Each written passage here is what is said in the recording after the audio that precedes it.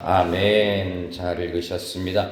자, 우리 옆에 계신 분들에게 한번 인사하도록 하겠습니다. 오늘도 은혜 많이 받으세요. 오늘도 은혜 많이 받으세요. 우리 한 번 더 인사하겠습니다. 축복합니다. 사랑합니다. 축복합니다. 사랑합니다. 하나님의 은혜가 복받은 여러분들에게 있기를 소망합니다. 오늘 디도서 강의 세 번째 시간으로 20대, 30대, 40대 그 이상 우리 세대 간에 제가 나이를 좀 연령대로 했는데 성경에는 요 나이는 없고요. 젊은 남자, 늙은 남자, 젊은 여자, 늙은 여자 이런 식으로 해가지고 나이대를 좀 구분하지 않고 그 연세가 드신 분들과 조금 젊은 세대들 이런 쪽으로 이제 구분을 해놨습니다. 이게 우리나라만 그런 건 아니고 전 세계적으로 세대 차이라는 거가 있다고 그러잖아요. 이 세대 차이는 성경에서 만든 말은 아니고 사람들이 일상에서 만들어낸 말입니다. 그래서 요즘 애들은요 2006년생하고 2007년생하고 세대 차이 납니다. 고3하고 대학교 1학년하고 너무 달라요. 말이 안 통한대요. 말이 안 통해. 하물며 여러분과 여러분의 자녀이겠습니까? 그렇죠? 이게 말이 안 통한다. 이거는 어떻게 보면 단순한 대화의 단절로 이 세대 차이라기보다는 가장 중요한 영적인 차이가 있습니다. 영적인 차이가 있는데, 그래서 옛날 같은 경우에는 이거를 요즘 교회학교 선생님들은 보통 어떤 선생님들이 인기가 있냐면은 대학을 갓 졸업한 20대 선생님들. 인기는 있는데 가르치는 것은 글쎄요, 잘 모르겠어요. 얼마나 잘 가르치는지. 그래서 원래 신앙교육은 누가 하는 거냐? 신명기에 보면은 할머니, 할아버지들이 하시는 겁니다. 그래서 제가 옛날에 고3 때 저를 담임하셨던 분이 선생님이 누구셨냐 하면은 다른 교회에서 오신 협동 장로님이셨어요. 그 장로님이 저희 고3 담임이셨어요.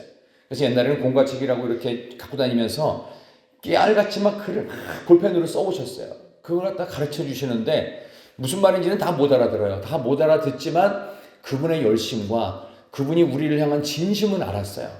진짜 할아버지 선생님, 근데 진짜 선생님, 우리 선생님은 저분, 막 이렇게 생각이 들었던 옛 기억이 새록새록 떠오르는데 오늘 이 내용을 보면 나이가 든 세대들에 대해서는 여기서 늙은 남자, 늙은 여자로 2, 3절에 나오고 그 다음에 젊은 세대들에 대해서는 4절과 6절에 젊은 여자들, 젊은 남자들 이렇게 구분을 했습니다. 그래서 연세가 있는 세대들과 젊은 세대들은요 좀 갖춰야 될 품성과 이런 것이 좀 다르다. 근데 그레데라고 하는 지중해의 정중앙에 있는 작은 섬에서 목회하던 디도에게는 이 젊은 세대들과 나이든 세대들에게 아무리 봐도 사도 바울의 오랜 경험에 의하면 목회적 경험, 선교 경험에 의하면 좀 구분해서 가르칠 필요가 있겠다. 그래서 세대를 좀 나누어 가지고 이렇게 필요한 영적인 지침을 주고 있습니다. 자, 그런 점에서 어떤 부분이 가장 큰 문제가 있었나 보면 그레데 교인들의 가장 큰 문제점은 뭐냐 하면은 거짓말이었습니다. 이 습관성 거짓말이에요. 그러면 거짓말을 하지 않도록 하기 위해서 거짓말 하지 마. 이렇게 하면은 거짓말을 잘하는 사람이 거짓말을 안 할 수 있을까요? 아니요. 거꾸로 해야 됩니다. 거짓말을 하지 말라는 책망을 하지 말고 바른 말이 무언지, 진실이 무언지를 보여주면 돼요. 이단을 구별할 수 있는 방법은 이단에 대해서 공부하는 것보다 성경 공부를 똑바로 잘하는 게 훨씬 중요합니다. 그래서 이단을 딱 구별할 때 성경을 제대로 알고 있으면은 느낌이 이상한데 이상하다 하고 느껴요. 그죠? 이게 감각이거든요.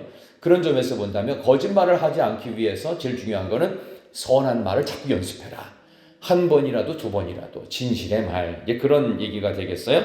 그래서 이제 2장 1절 이렇게 나오죠. 한번 1절 한번 다시 볼까요? 오직 너는 시작. 오직 너는 바른 교훈에 합당한 것을 말하여. 아멘. 이게 그거예요.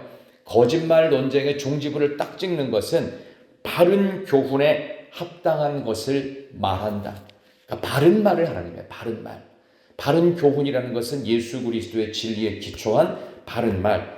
이건 건강한 영적 메시지, 성경적 메시지가 선포되는 게 중요하다. 이제 그런 말씀입니다.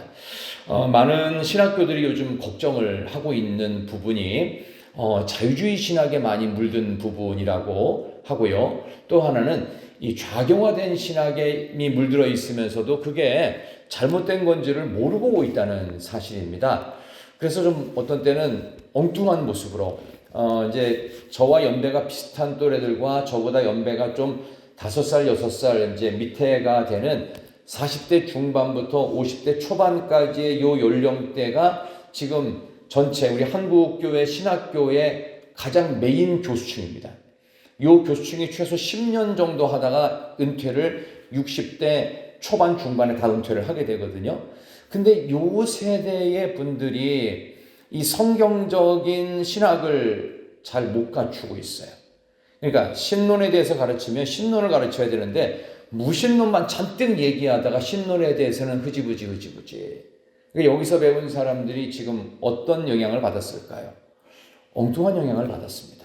그래서 참 안타까운 마음이 있는데 저는 그런 점에서 또 한국 교회가 그런 점에서 더욱더 건강해서 건강한 메시지를 전할 수 있도록 바른 교훈에 합당한 것을 말할 수 있는 그런 목회자가 될 수 있도록 저를 위해서도 여러분들이 꼭 기도해 주시기를 간절히 부탁드립니다.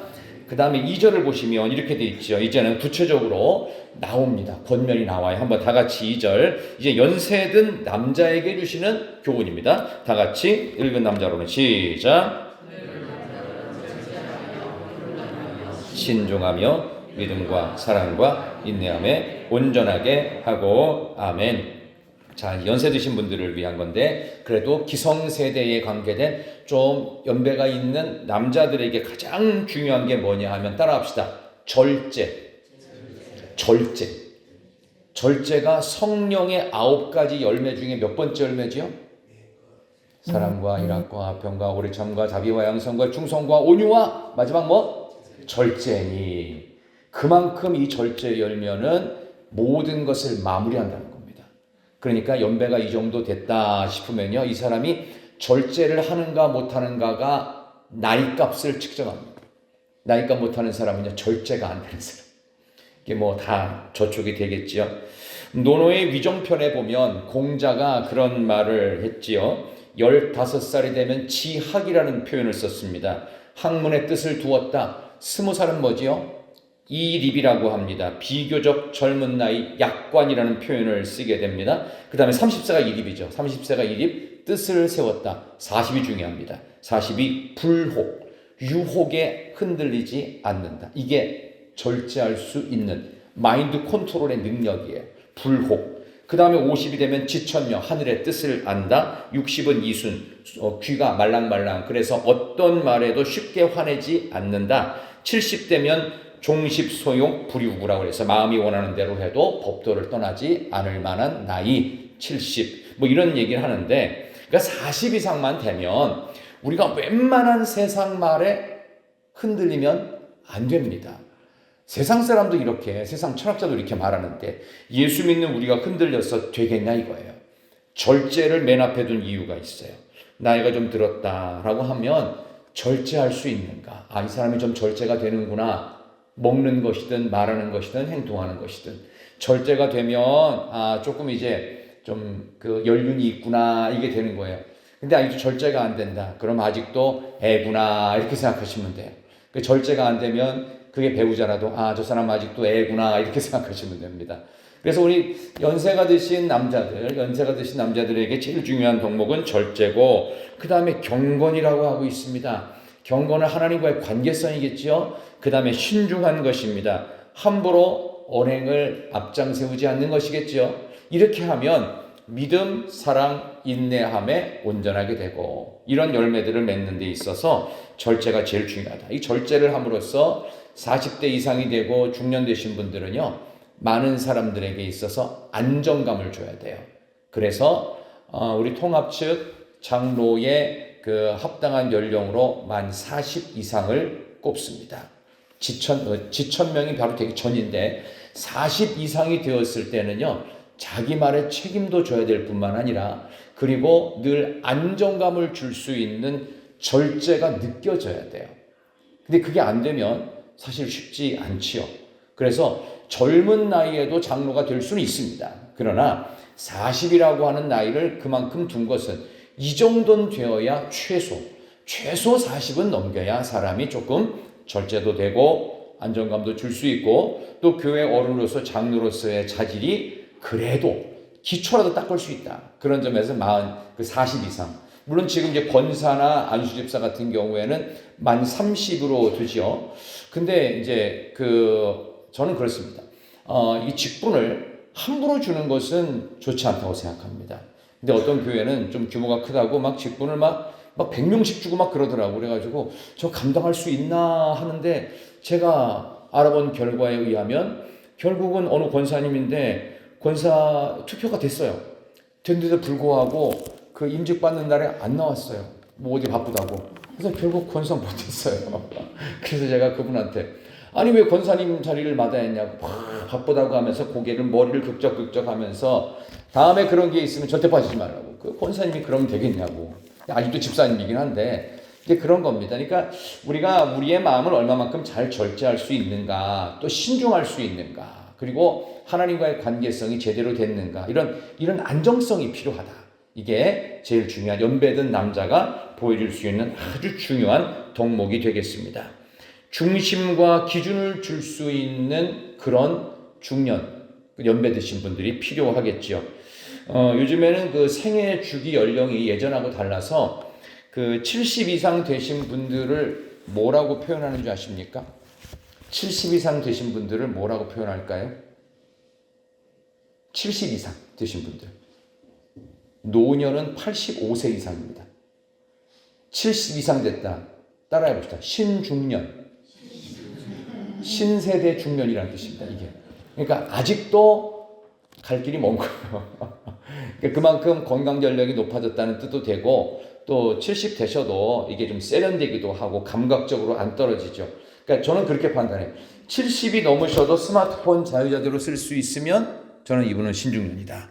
저는 그렇게 봐요. 이걸로 은행 거래도 할 줄 알고 카톡도 보낼 줄 알고 이모티콘도 날릴 줄 알고 그러면 70 이상 돼도 신중년이다. 그런 정도로 사실은 여기 나오는 이 늙은 남자라는 이 표현 속에서 영적인 안정성을 줄 수 있고 신중하고 절제하고 또 하나님과의 관계성 속에서 경건하고 그런 믿음, 소망, 사랑의 이런 모습들이 아름답게 될 수 있다.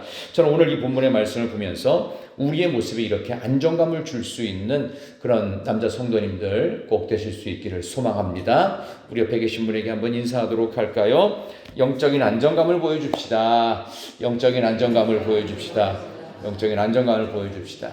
남녀 공히 성별 사이 없습니다. 영적인 안정감을 우리가 보여줄 수 있으면 참 좋을 것 같아요. 그 다음에 두 번째는 이제 연세 드신 여성에 대한 부분입니다. 3절 한번 볼까요? 늙은 여자로는 시작. 모함하지 말며 많은 술의 종이 되지 아니하며 선한 것을 가르치는 자들이 되고. 아멘.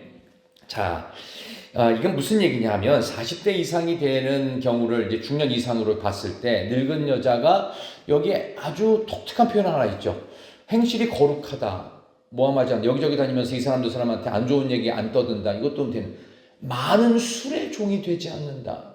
이게 뭘까요? 그러니까 우리가 교회를 다니니까 안정권이죠. 그래도 여러분들 술 좋아하는 분 별로 없죠. 술은 별로 안 좋아하죠. 우리는 새술, 성령맨 취해 있잖아요. 근데 세상에 계시는 여자분들 같은 경우에는 술 취하는 일들, 알코올 중독성에 가까운 상습적인 음주가 만연해 있습니다. 그러니까 우리는 만나는 사람들이 거의 교인이기 때문에 또 얘기를 안 하면 또 잘 모르고 또 어디서 술, 담배 이런 얘기는 덕스럽지 않으니까 아예 안 하잖아요. 그러니까 우리가 잘 몰라서 그렇지 믿지 않는 사람들 같은 경우에는 술 취하는 일이 많고 특히 그레데 섬 사람 여자들이 40이 넘잖아요. 그러면 거의 이제 할머니가 됩니다. 왜냐하면 고대 사회는 10대 중반에 다 결혼을 시켜요. 그럼 애기 낳고 애들 또 결혼시키고 하면은 40대면 전부 다 애들이 다 출가해가지고 이제 40 넘은 여성들은요 할 일이 없는 거예요. 그럼 어떻게 해요? 생각해보니까 저 남자하고 내가 앞으로 계속 살아가야 될 생각하니까 앞이 막막한 거예요. 그러니까 어떻게 해요? 뭔가 새로워지자. 인생 100세를 살자. 이렇게 하면서 엉뚱한 데 관심을 갖다가 가장 쉽게 관심 갖는 곳이 바로 술 문화였다. 이게 유럽 사회에서 늘 만연하고 여기도 여러분이 아시다시피 이 지중해를 중심으로 한 연안에 있는 그리스 반도, 터키 반도라든가 이쪽 북아프리카 쪽 이쪽에가 안 좋은 게 있습니다. 뭐가 안 좋으냐면 물이 안 좋아요. 그래서 여러분들이 그 중동이라든가 성지순례 이런 데 가보시고 유럽 같은 데 가보면 아무 물이나 먹으면 안 됩니다. 석회가 많이 섞여 있어요. 그러니까 반드시 물을 사드셔야 안전하거든요. 그런 점에서 술 문화가 발달할 수밖에 없어요. 양조장, 그러니까 이런 술 제조 관계된 일들이 너무 어느 동네나 늘 있는 거예요. 그러다 보니까 가장 쉽게 접하는 문화가 당연히 술 문화겠죠. 그러니까 이런 식의 술 문화에 쉽게 빠져들지 말아라. 지금식으로 말하면 우리의 삶 속에 늘 만연해 있는 그런 인터넷이라든가 또 뭐 여러분이 아는 SNS 이런 걸 통해서 엉뚱한 세속적인 문화, 또 요즘엔 뭐 젊은 애들도 마약이라든지 뭐 이런 것들, 그 다음에 또 엉뚱하게 뭐 사람들끼리 만나가지고 이상한 짓 하는 거, 이런 일들이 쉽게 할 수 있거든요. 이런 거에 어떻게 조심하라는 얘기예요. 그래서 여기 나오는 이 디도서 2장에 나오는 늙은 여자들은 행실이 거룩해야 된다라는 말이 그겁니다. 이 행실의 거룩함은 몇 명씩 모였을 때 누구는 어떻고 여자들이 입이 좀 가벼우시니까 말을 잘하니까 함부로 이 사람 저 사람 엉뚱한 얘기 하지 말라는 얘기예요. 그 다음에 술에 종이 되지 말라. 그러니까 술을 먹으면 뭐 안 마셔보셔서 그렇겠지만 마셔본 분의 이야기를 인용하면 했던 얘기 또 하고 또 했던 얘기 또 하고 밤새도록 이 얘기를 해도 그 얘기가 신선하고 재밌고 그런 일들이 있다고 그래요. 여러분들 그러니까 괜히 술 근처에도 가지 마시고 한 번만 마셔보자 그런 일은 없습니다. 한 번 마시면 10번 100번 그냥 가니까 괜히 근처에서 흉내내지 마십시오. 3사 모여서 화투치고서 남의 약점 들춰내는 모함의 자리도 끼지 마시기를 바랍니다. 2-3사람이 여성들이 모이면 뭐 해야 될까요? 열심히 기도하시는 게 제일 좋습니다. 기도하기 뭐 하면 이렇게 기도에 나오시는 거예요. 그래서 여러분들이 연세가 드실수록 기도하는 일을 열심히 하시고 요거를 조금 더 적극적으로 4절에 이렇게 표현합니다. 이게 늙은 여성에 대한 교훈이면서 젊은 여자들과 관계가 있어요. 4절 한번 볼까요? 그들로 4절 시작. 자녀를 사랑하며 아멘. 자, 그들이 누구겠어요? 늙은 여자들에게 해야 될 사명이 있어요. 젊은 여자들을 교훈하라는 겁니다. 그러니까 결국 우리 교회 안에서 내가 존경할 만한 여자 성도가 있으면 최고의 복이에요. 그분의 말이라면 내가 무조건 듣는다. 이런 정도가 있으면 여러분들은 신앙생활 성공한 겁니다. 왜? 영적 멘토가 한 명이라도 있잖아요. 그러면 절대로 어긋나지 않습니다. 절대로 어긋나지 않아. 이게 굉장히 중요한 겁니다. 그러니까 저 같은 경우에도 이제 그 목회를 하면서 영적인 멘토가 있으면 좋겠다. 늘 이제 생각을 해서 저는 이제 제가 모셨던 예전에 그 부흥 강사 목사님들하고는 지금도 꾸준하게 연락을 해요. 그래서 그분들하고 뭐 자주 연락하는 것도 아니고 1년에 뭐 한 번이나 할까 말까 하지만 그래도 그분들하고 전화를 하면요. 마음이 웅장해지고 맞아 그때 그랬지. 내가 그때 그렇게 배웠는데 내가 그거 못하고 있구나. 굉장히 중요한 거예요. 그래서 이런 그 젊은 여자들을 교훈하는데 남편과 자녀를 사랑할 수 있도록 그런 역할을 해주는 그런 말을 해줄 수 있는 사람이 누구냐? 저는 신앙 가족장님들, 권사님들, 장로님들 그거 하셔야 된다. 저는 오늘 그 말씀을 꼭 드리고 싶었던 겁니다. 신앙 가족장님이 여자라고 하면요. 우리 성도님들에게 그런 권면을 해야 돼요. 어떻게 해요? 여자들을 교훈하는데 교회의 가치를 가르쳐야 되고 신앙을 잘 전수할 수 있는 것. 결혼의 목적은 뭐라고 그랬죠? 결혼의 목적? 아버지가 되고 어머니가 되는 겁니다. 경건한 자손을 낳는 것입니다. 훌륭한 부모가 되는 것입니다. 그래서 자녀에게 어떻게 해요? 자자손손 신앙을 전수하는 것. 그것을 위해 결혼을 하는 겁니다. 사랑해서 결혼한 게 아니에요. 사랑은 하다 보면 어느 날 식어요, 안 식어요? 반드시 식어요. 식는 게 아니에요. 정상으로 돌아가는 거예요. 정상이 돼가지고 이제 평범하게 가는 거예요. 근데 어떻게 해요? 그걸 뭘로 사랑을 완성시켜요? 경건한 자손을 태어남으로 내가 아버지가 되고 어머니가 됨으로 그 결혼이 완성되어져 가는 것입니다. 그래서 어떻게 보면 자녀가 태어나면서부터 진짜 부부로서 진짜 엄마 아빠로서의 자리매김을 새롭게 한다. 별로 아멘이 안 되죠. 그죠?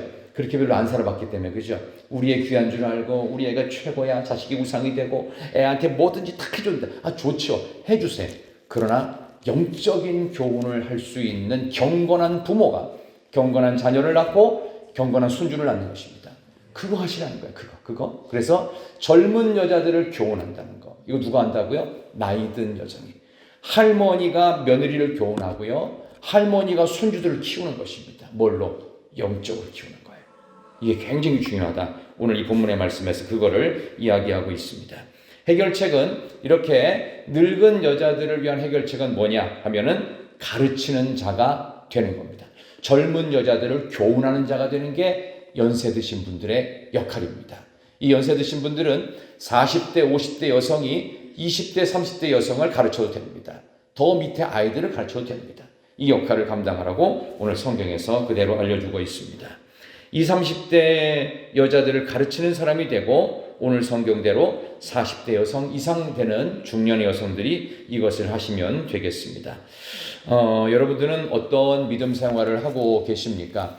여러분들이 자주 만나는 사람들이 여러분의 신앙의 정도를 결정한다는 거 아십니까? 여러분들, 우리 사랑하는 성도님들과 함께 먹으러도 다니고 사우나도 다니고 쇼핑도 다니고 여행도 다니고 다 좋습니다. 그러나 같이 움직이시면서 같이 기도하고 같이 손해보고 같이 헌신하고 같이 하나님 나라를 위해 충성하고 이게 되면은 더 많이 하세요.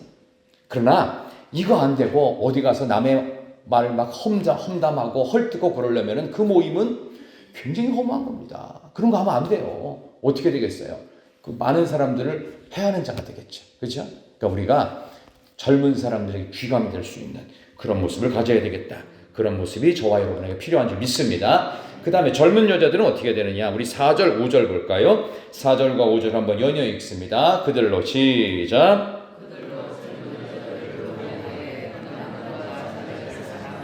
신중하며 순전하며 집안일을 하며 선하며 자기 남편에게 복종하게 하라. 이는 하나님의 말씀이 비방을 받지 않게 하려 함이라. 아멘.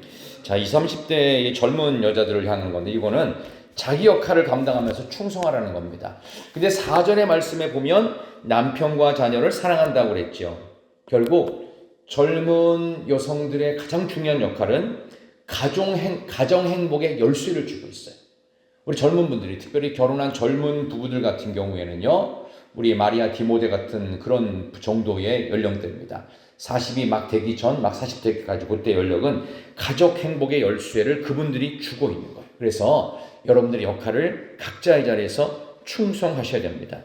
미혼이든 기혼이든 20, 30대 여자들에게 가장 많이 올 수 있는 심리학적 증상은 우울증이라고 이야기를 합니다. 어느 장단에 춤을 춰야 될지 사실 갈팡질팡해요. 왜? 많이 안 살아봐서. 나이는 어른인데 아직 영적으로는, 아직도 심정적으로, 이 수준적으로 어른이 안 됐거든요. 분노심이 제일 많을 때가 사실 20, 30대입니다. 근데 그 시기를 잘 넘겨야 돼요.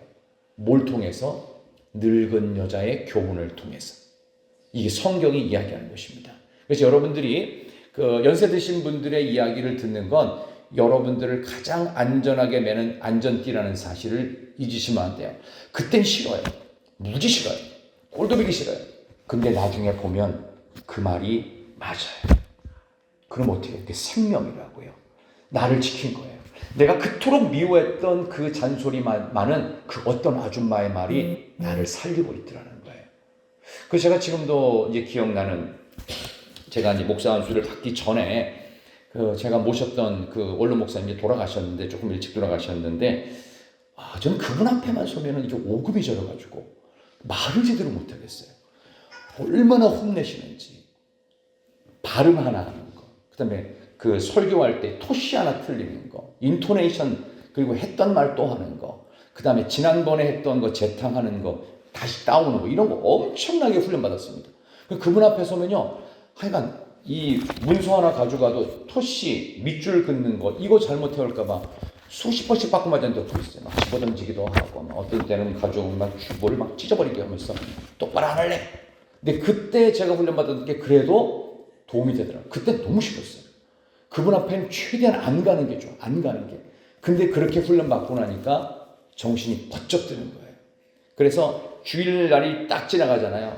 머리가 지끈지끈 아픈 거예요. 왜냐하면 그만큼 신경을 바짝 곤둑 세우는 거예요. 그 정도로 해야 그래도 최소한 부목사로서의 기초예요. 기초. 그 정도 마인드 안 생기면 안 됩니다. 제가 그래서 옛날에 저희 돌아가신 선배님 한 분이 계셨는데 그분은 저를 볼 때마다 그냥 제 이름을 그냥 편안하게 막 불러요. 물론 한참 선배니까. 저보다 한 10년 연배가 위시니까 이제 그럴 수도 있겠다 생각하면서 하는데 항상 볼 때마다 제가 목사 한 수도 받고 부목사로 나름대로 열심히 하면서 뭐 커리어도 많이 쌓고 막 그랬거든요. 그런데도 불구하고 그 선배는 늘 볼 때마다 야, 잔수야, 너 요즘에 정신 차렸냐? 맨날 그 얘기를 하는 거예요. 그럼 들을 때마다 제가 기분이 좋겠어요? 짜증이 나겠어요? 짜증도 왕짜증이 나는 거. 아주 그냥 꼴도 보기 싫어요, 그 선배. 근데 어느 날이었습니다. 어느 날, 갑자기 무슨 행사가 있었나? 딱 갔습니다. 근데 제가 그때 이제 서울에서 이제 담임이 되고 나서 얼마 안 됐을 때입니다. 어쨌든 갔어요. 갔는데 또 이제 그 선배 만나면, 나를 향해 또 잔소리를 하겠구나. 잔소리를 하겠구나 하면서 되도록이면 인사하고 빨리 딴 데 가야지. 이제 그런 마음으로 갔어요. 갔는데 그 선배가 저한테 딱 뭐라고 하는 줄 아십니까? 제 이름을 안 부르더라고요. 그때부터 딱 그러면, 정 목사. 순간적으로 저는 저가 아닌 줄 알았어요. 나 말고 누가 정 목사 또 있나? 봤어요. 그러면서 저한테 뭐라고 하냐면, 이제 눈빛이 좀 달라졌는데? 그러는 거예요. 여러분 그거 아세요? 부목사님 눈빛하고 담임 목사님 눈빛 다른 거 아세요? 저는 정확히 구별합니다.